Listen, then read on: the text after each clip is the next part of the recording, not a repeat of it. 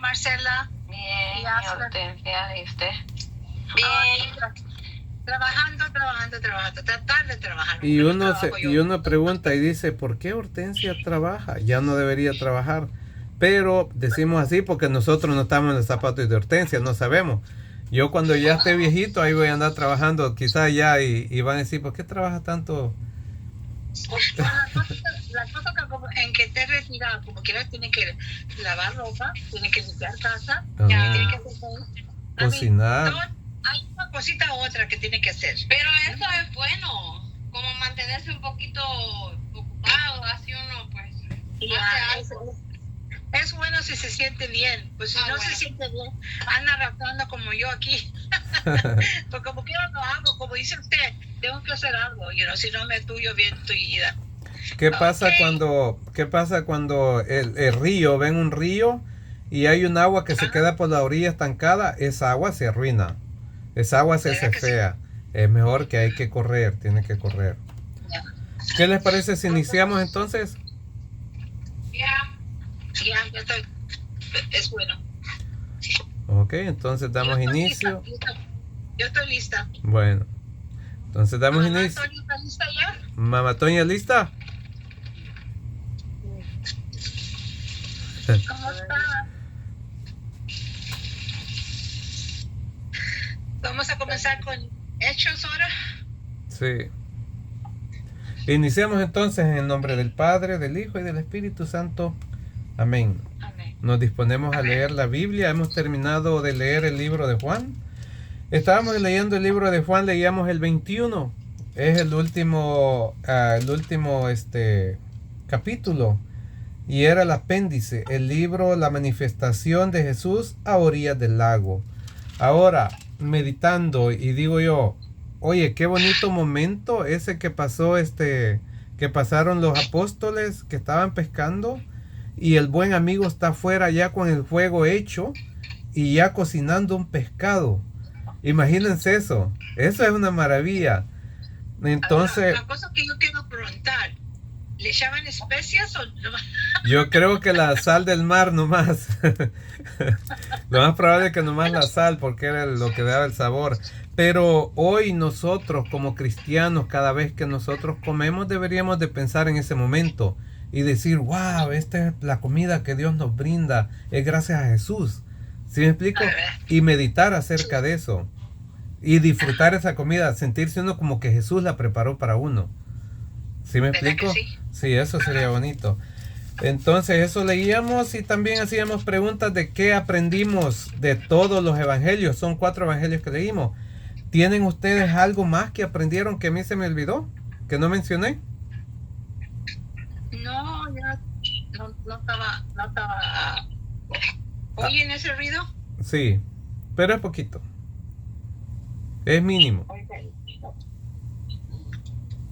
Pues fíjense que en los evangelios aprendimos una cosa que es el centro del evangelio y es el centro de la iglesia cristiana, que es que cuando Jesús dijo, yo soy el pan vivo que ha bajado del cielo. Un momento.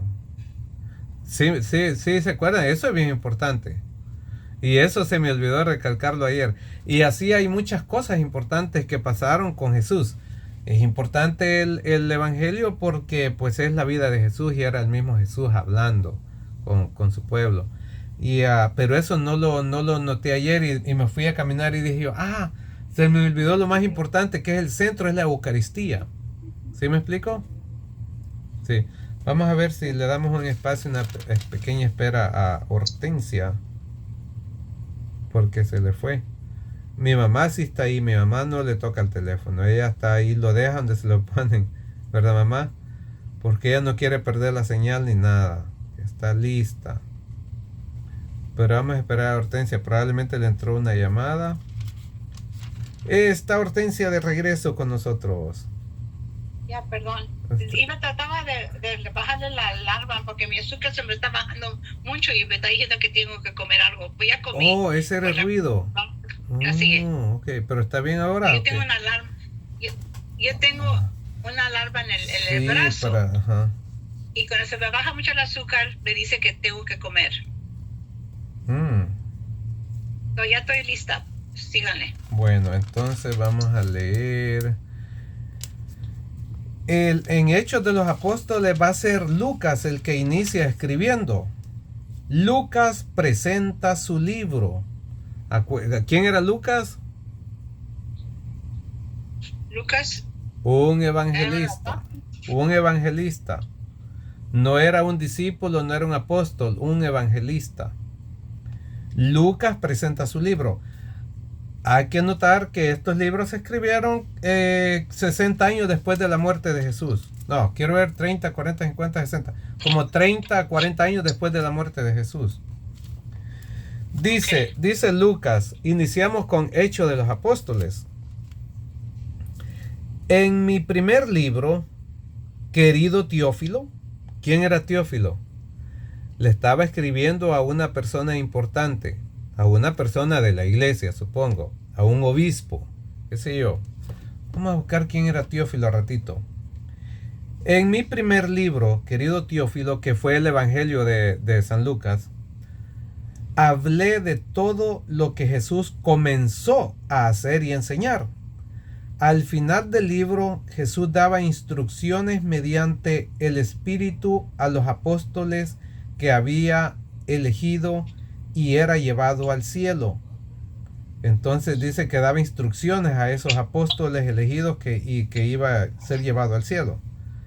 La ascensión de Jesús, va a hablar de la ascensión de Jesús.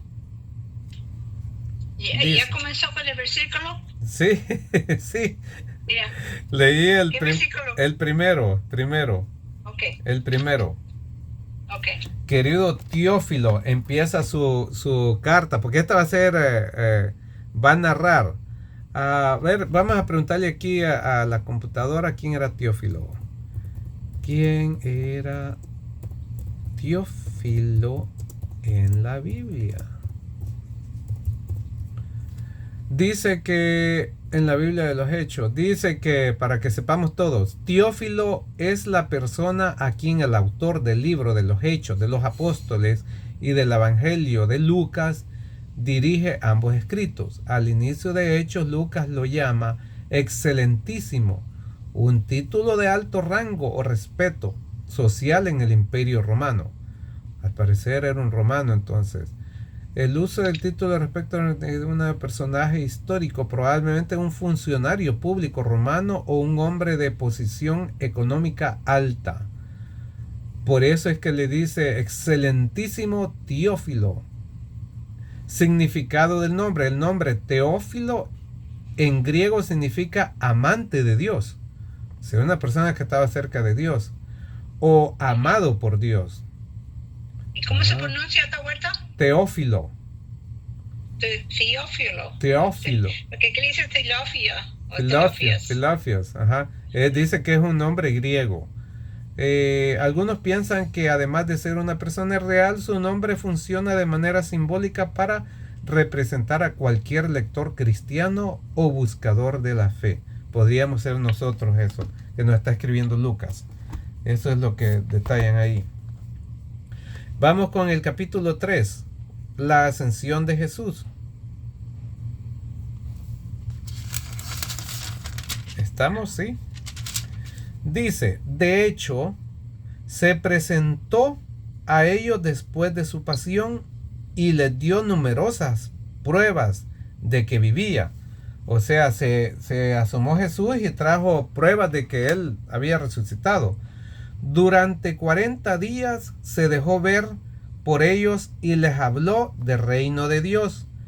Dice que 40 días, nosotros como católicos creemos que la persona como 40 días dura aquí, por eso nosotros le hacemos algo así como los 40, cuando alguien muere.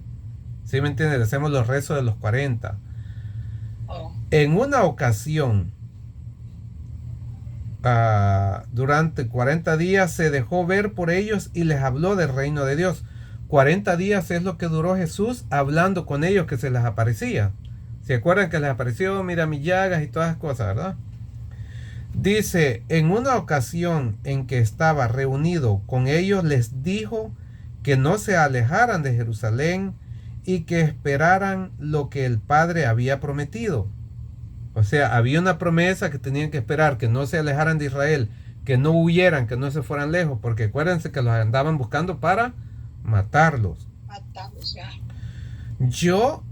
Ya les hablé al respecto, dice Lucas. Les dijo, Juan bautizó con agua, pero ustedes serán bautizados en el Espíritu Santo dentro de pocos días. O sea, Juan bautizaba con agua, pero luego el siguiente bautismo, Jesús va a venir bautizando con el fuego y con el Espíritu Santo. Es diferente bautizo. Ya no hacemos más el bautizo de Juan, que era nomás sumersión en agua. Ahora hacemos el bautizo de Jesús. Nombre del Padre, el Hijo y el Espíritu Santo.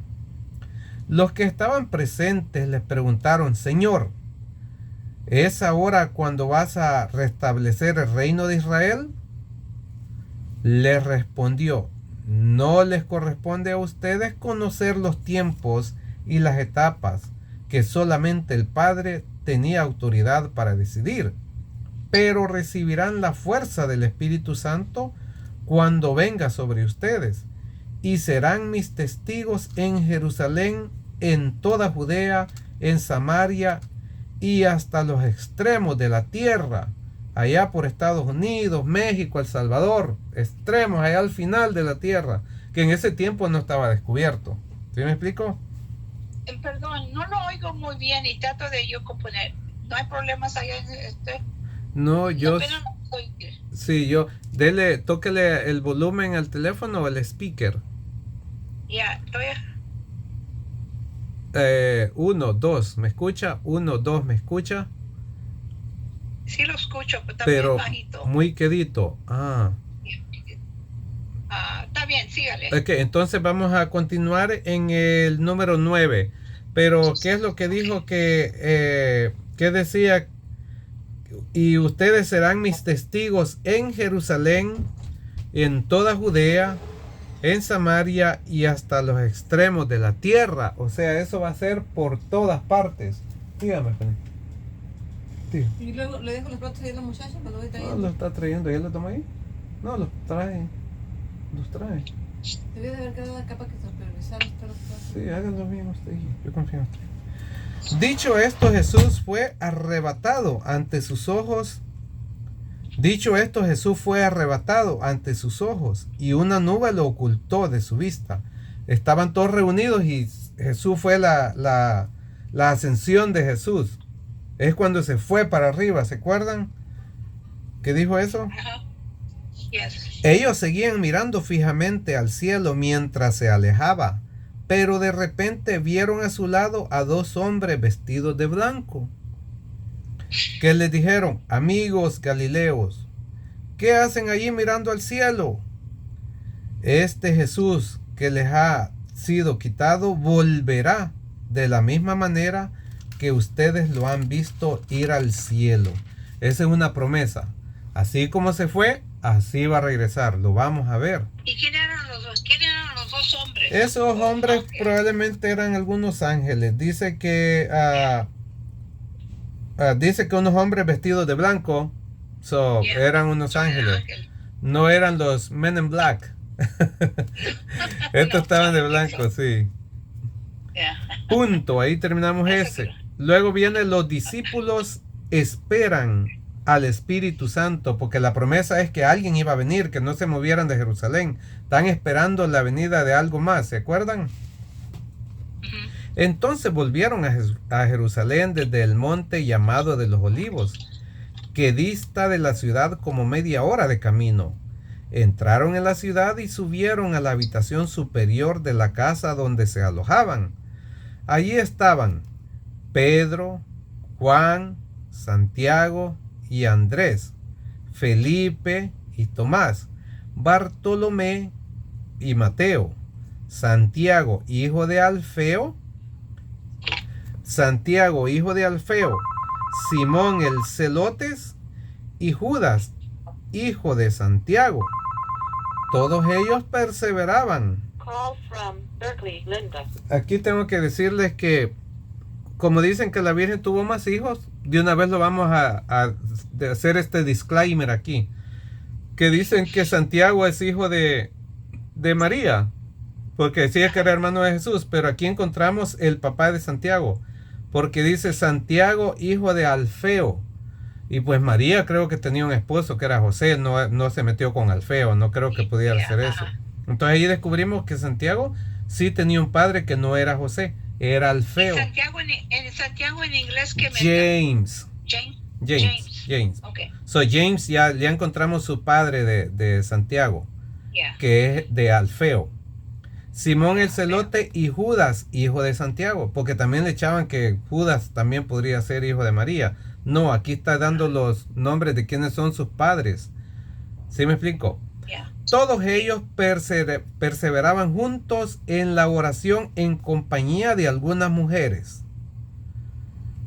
O sea, ahí habían mujeres también, pero aquí viene lo más importante, de María, la madre de Jesús y de sus hermanos. De modo que cuando Jesús murió y se fue al cielo, resucitó, María queda aquí también en la oración, junto con los apóstoles, y aparece aquí en la Biblia, porque dice, no, nomás María tuvo a Jesús y ahí nadie sabe, María es una mujer cualquiera, se fue a vivir con José, tuvo más hijos.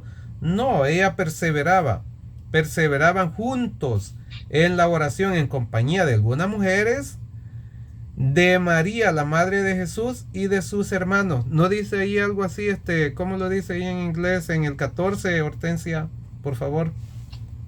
Okay, and the 14 dice, these all with one mind were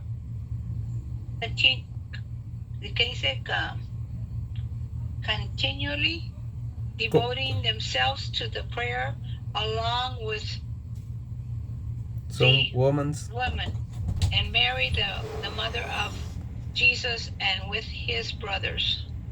O sea, ahí sí lo dice ahí, sí. ¿Qué hago con Dígame. los platos? ¿Los desarmo? ¿Los guardo otra vez o qué hago? Tengo ahí para mientras, no sé. ¿Los No tengo sé. ahí para mí? Espérese. Ok. Entonces dice que, pero ahí lo dice bien bonito, Hortensia, porque dice, todos ellos perseveraban juntos en la oración, pero ahí lo dice que juntos en la mente, ¿correcto?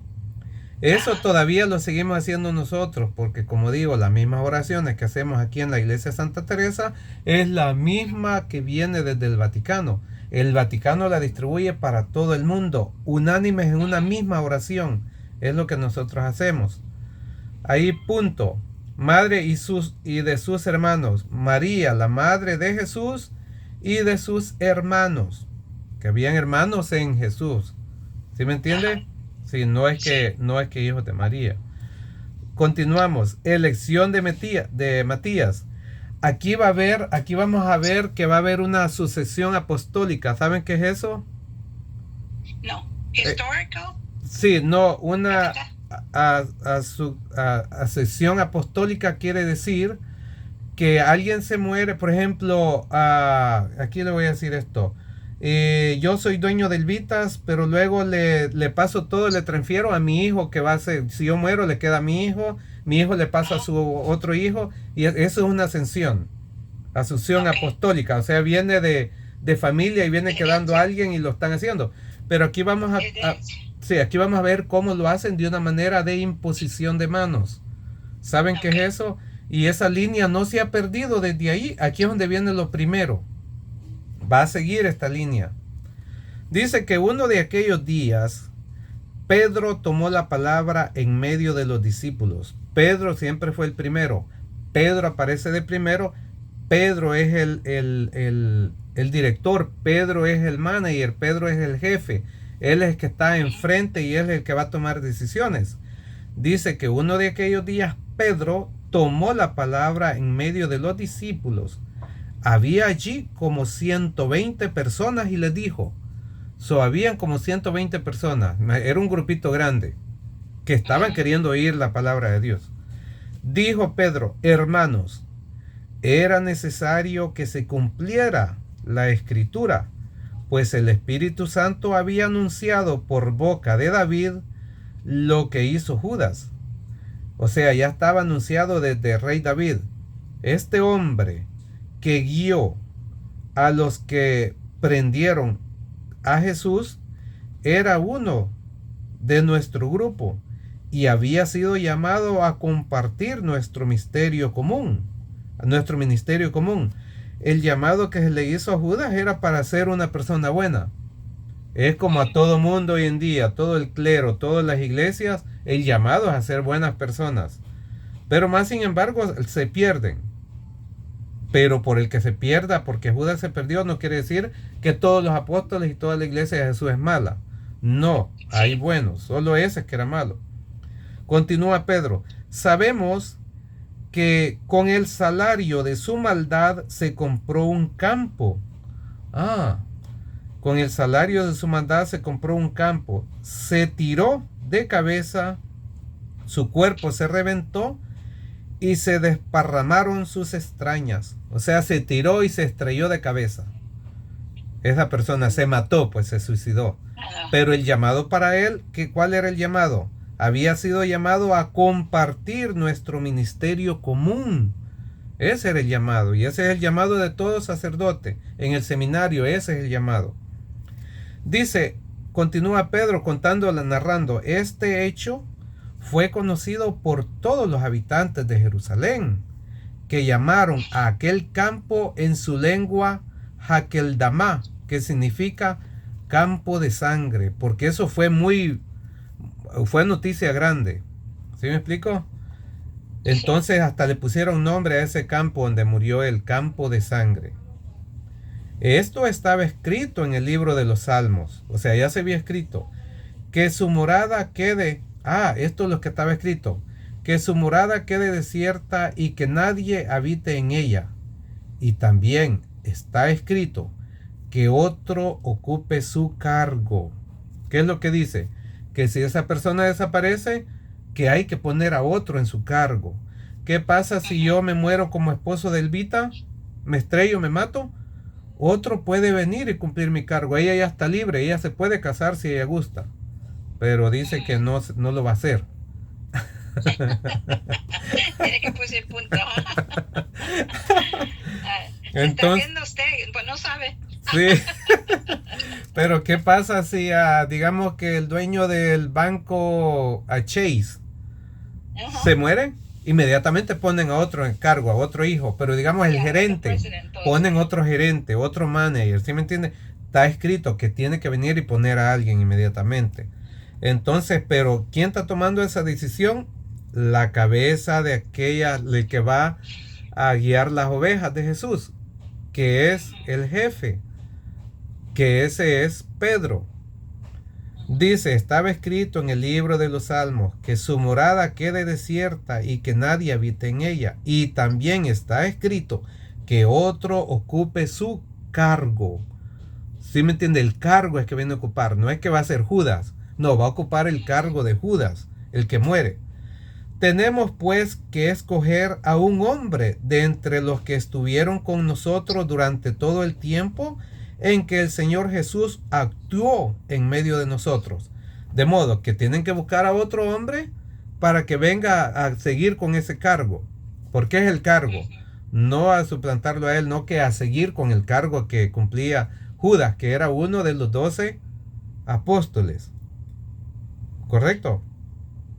Sí. Tenemos que escoger a un hombre de entre los que estuvieron con nosotros durante todo el tiempo en que el Señor Jesús actuó en medio de nosotros. Vamos a leer el 22, Hortensia.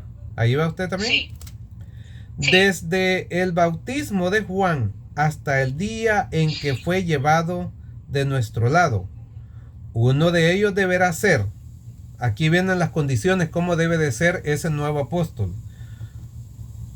Debe de ser junto con nosotros testigo de su resurrección. O sea, para serlo apóstol tiene que creer en Jesús.